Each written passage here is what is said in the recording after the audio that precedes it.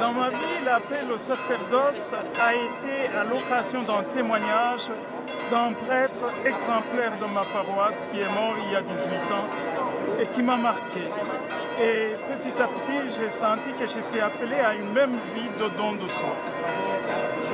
Je garde un souvenir particulier de mes amis et mes professeurs parce qu'on faisait le même chemin.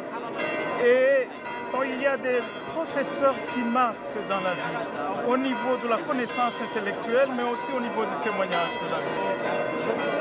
Moi, je le vis personnellement comme un don. Durant le temps de notre formation, c'était régler une confession chaque 2 semaines, chaque 15 jours. Mais au fur et à mesure qu'on avance, on voit que cela fait découvrir non seulement que nous recevons de la grâce, que nous sommes soutenus par Dieu, mais on est éduqué à une certaine délicatesse spirituelle. Ça veut dire qu'on a des textes de la Bible qu'on lit, qu'on essaye de comprendre avec l'aide des commentaires et que petit à petit, on les confronte avec sa propre expérience.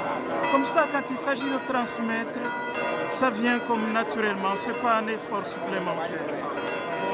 Je pourrais dire que j'y ai été formé depuis mon enfance parce que ma maman était de la Légion de Marie et elle m'a entraîné à une vie de prière vocale et après dans la vie sacerdotale et dans la vie religieuse parce que les carmes, leur vie est centrée sur 2 heures de prière par jour.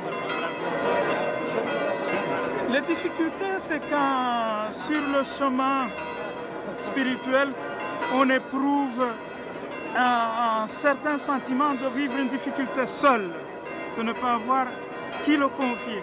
En fait, c'est ce qu'on appelait dans le temps direction spirituelle. Mais plus que direction spirituelle, je dirais des amis de chemin.